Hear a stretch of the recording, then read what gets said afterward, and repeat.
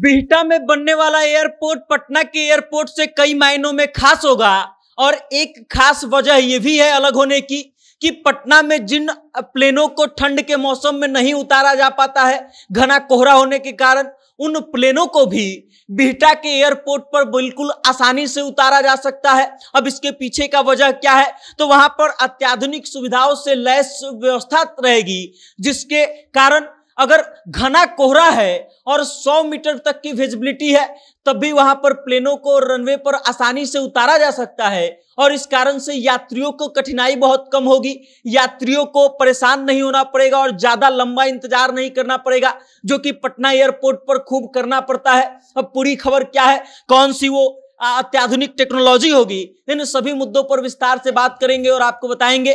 लेकिन उससे पहले आप हमारा परिचय जान लीजिए। नमस्कार, मेरा नाम वेद प्रकाश है। आप जनता जंक्शन देखना शुरू कर चुके हैं और कैमरे के पीछे हैं विशाल। और अब आइए पटना एयरपोर्ट पर। पटना एयरपोर्ट पर जानते हैं कि बड़ी विमान जो है वो नहीं आती है बहुत ज्यादा, क्योंकि रनवे छोटा है और उसके अलावा ठंड के मौसम में पटना एयरपोर्ट पर विमानों को लैंड कराने में बहुत ज्यादा दिक्कत आता है। दिक्कत इसलिए आता है क्योंकि विजिबिलिटी एकदम कम हो जाती है और इस कारण से पटना में बहुत सारे विमान जो है वो 12-1 बजे के बाद, ठंड के मौसम में दोपहर में 12-1 बजे के बाद ही लैंड कर पाते हैं। और कभी कभी जब ठंड का मौसम ज्यादा रहता है तो ये 12-1 बजे वाला जो लैंडिंग का प्रोग्राम होता है वो 2-3 बजे शाम तक शिफ्ट हो जाता है।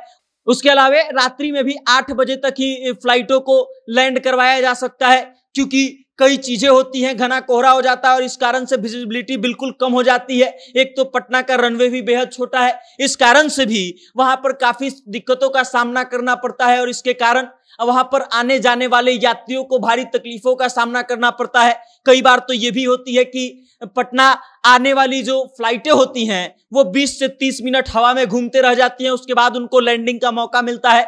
कई बार ये भी होता है कि विजिबिलिटी एकदम ना के बराबर होती है और विमानों को यहाँ लैंड नहीं कराया जा सकता है, तो फ्लाइटों को डाइवर्ट करके रांची या फिर कोलकाता या फिर लखनऊ जैसे अलग अलग जगहों पर भेज दिया जाता है, जिसके कारण यात्रियों को काफी परेशानी होती है। और अब इन सब चीजों पर जो है बिहटा एयरपोर्ट में काम हो रहा है। बिहटा एयरपोर्ट को 191 एकड़ अतिरिक्त जमीन इसीलिए उपलब्ध करवाए जा रहे हैं ताकि वहां पर अत्याधुनिक टेक्नोलॉजी लगाया जाए। और एक कैटेगरी 3 का ILS होता है जिसका नाम होता है इंस्ट्रूमेंट लैंडिंग सिस्टम, जो प्लेन चलाने वाले पायलटों को जानकारी देता है कि जो रनवे है वो कितना दूर है। विजिबिलिटी एकदम जीरो रहती है, जहां पर विजिबिलिटी 100 मीटर के बाद कुछ दिखाई नहीं देता है। वैसी स्थिति में भी ILS के जरिए पायलटों को उनके विंड स्क्रीन पर दिखाई देता है कि रनवे कहां तक है और कहां तक प्लेन जो है लैंड कराया जा सकता है, आगे जा सकती है। और इस कारण से बिहटा का एयरपोर्ट बेहद खास होने वाला है। इसके लिए अलग से प्रावधान किए जा रहे हैं, अलग से तैयारी की जा रही है। जब 2017 में बिहटा एयरपोर्ट की बात चल रही थी तब जमीन कम पड़ रहा था और तब जो है ये ILS जो है कैटेगरी 3 की, इसको लगाने से सरकार ने मना कर दिया था क्योंकि जगह ही उपलब्ध नहीं हो पा रहा था और ज्यादा लंबा रनवे की जरूरत हुआ करती है इन सब चीजों में, और इस कारण से उसको रद्द कर दिया गया था। लेकिन अब जब 191 एकड़ जमीन जो है बिहटा एयरपोर्ट को अतिरिक्त रूप से मिल रहे हैं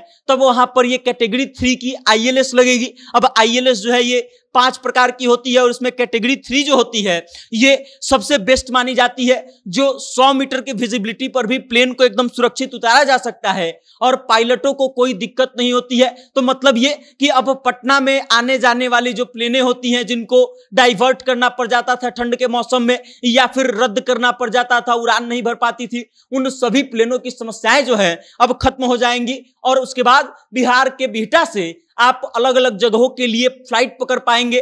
किसी भी समय में किसी भी मौसम में आपका प्लेन आसानी से लैंड हो पाएगा और इसके कारण यात्रियों को बहुत सुविधा हो जाएगी, यात्रियों को ज्यादा परेशान नहीं होना पड़ेगा। बाकी अब आप इस खबर को लेकर के क्या सोचते हैं, बिहटा एयरपोर्ट के लेकर के क्या सोचते हैं और आपको क्या लगता है कि बिहटा एयरपोर्ट के बन जाने से आपको कितना फायदा होगा, अपनी राय कमेंट करके हम तक भेजिएगा और देखते रहिएगा जनता जंक्शन। बहुत बहुत धन्यवाद।